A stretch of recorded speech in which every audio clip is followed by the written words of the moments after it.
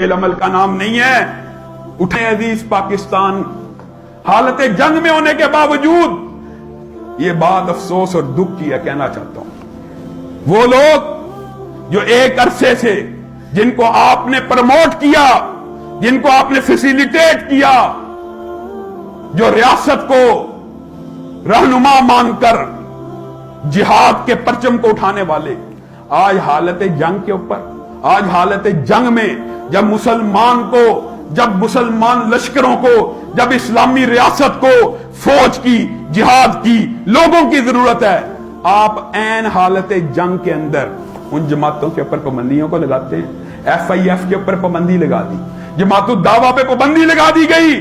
میں کہتا ہوں اگر یہ فیصلے کرنے تھے تو بھی ان کا یہ وقت مناسب نہیں تھا. اگر یہ فیصلے کرنا آپ کے لیے کسی وجہ سے، کسی بیرونی پریشر کی وجہ سے ضروری بھی تھا تو یہ وقت نہیں تھا. اور آپ نے ان جماعتوں کے اوپر پابندی کی آڑ میں کل پورے ملک کے اندر کیا اعمال کیے آپ کو پتا؟ کل وطن عزیز کے اندر جماعت الدعوہ کے اوپر پابندی کی آڑ کے اندر تمام مسالک کی مسجدوں کے اوپر حکمرانوں نے شب خون مارا ہے.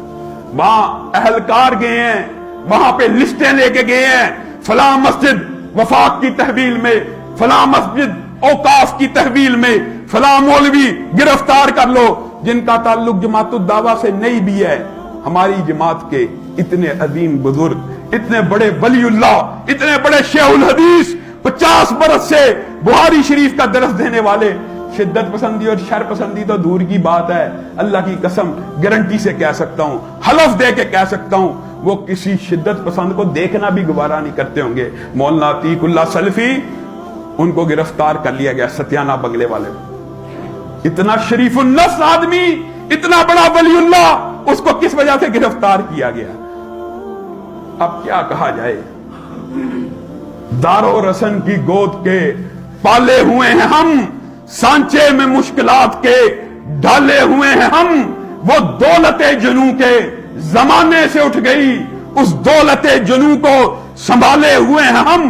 اللہ کی قسم مولانا عتیق اللہ سلفی کا گناہ صرف یہ ہے کہ وہ جب بھی بات کرتے ہیں قرآن و حدیث کی بات کرتے ہیں. آج حکمران اسلام پسندوں کے مخالف ہو گئے، اور یہ صرف اہل حدیث مسلک کے ساتھ نہیں ہو رہا. پابندی تو تم نے جماعت الدعوہ پہ لگائی، یہ جو بڑے بڑے مدارس دیوبند کے بھی آپ کے سامنے علماء بریلوی گرفتار ہیں. اب یہ بتائیے، پابندی تو جماعت الدعوہ کے اوپر ہے، پورا مکتبہ بریلوی ان کے رہنماؤں کو جیلوں میں کیوں ڈالا گیا؟ 2 مہینے ہو گئے ہیں. ابھی نندن کو اجلت میں حربی کافر جنگی قیدی کو جو ملک کے اوپر حملہ کرنے کے لیے آیا، ملک کو نقصان پہنچانے کے لیے آیا، اس کو معاف کر کے آزاد کر دیا.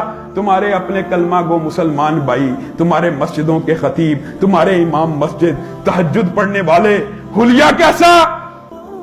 یہ بھی دکھ کی بات ہے. مولانا عتیق اللہ سلفی کو رنگے ہاتھوں پکڑ لیا گیا. کس طرح رنگے ہاتھوں جی؟ جیب سے مسواک برآمد ہوئی ہے. شرم نہیں آتی؟ سر سے پگڑی برآمد ہوئی. حلیہ بڑا مشکوک تھا، کیا تھا جی؟ ٹہنے سے اوپر شلوار تھی.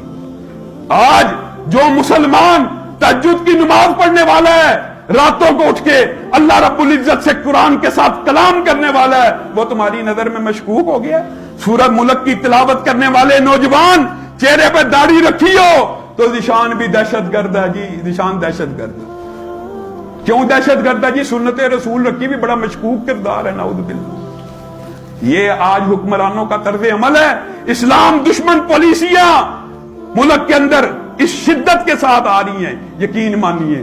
سابقہ حکمران آج تک جتنے بھی آئے سارے بار کی پالیسیوں پہ چلتے رہے، لیکن جو تیزی، میں آپ بھائیوں کو بھی کہنا چاہتا ہوں، اس حکومت نے آسیہ ملونہ کیس کے اندر، قادیانیت کی ہم نوائی کے اندر، اسرائیل منظوری کی تحریک کے اندر، اب مدارس کے اوپر شب خون مارنے میں، مساجد کو بند کرنے میں، علماء کو گرفتار کر کے، آپس کی بات ہے. کئی لوگ پھر بات کرتے ہیں علامہ صاحب آپ کیوں بریلوی کے بارے میں بات کرتے ہیں؟ خادم رضوی کو 2 مہینے سے جیل کے اندر ڈالا ہوا ہے. کیا اس وجہ سے بات نہ کرے وہ بریلوی ہے؟ نہیں، اس وقت جنگ مسالک کی نہیں ہے، اس وقت جنگ اسلام پسندوں کی اور لبرل لوگوں کی آپس میں الہاد پسندوں کی اور اسلام پسندوں کی جنگ شروع ہو چکی ہے۔ آپ کا وطن حالت جنگ میں ہے اور آپ اپنے ہی مسلمانوں کے اوپر ظلم کو ڈھا رہے ہیں۔ اللہ کا خوف کرنا چاہیے، کوئی شرم و حیا کرنی چاہیے۔ یہ جو مسجدوں میں اذانیں دینے والے ہیں، اللہ کی قسم کبھی وطن سے غداری نہیں کریں گے۔ آپ لڑیں نہ لڑیں، یہ سرحدوں کے اوپر سب سے پہلے پہرا دینے والوں میں سے ہوں گے۔ سبحان ربک رب العزت عما یصفون وسلام علی المرسلین۔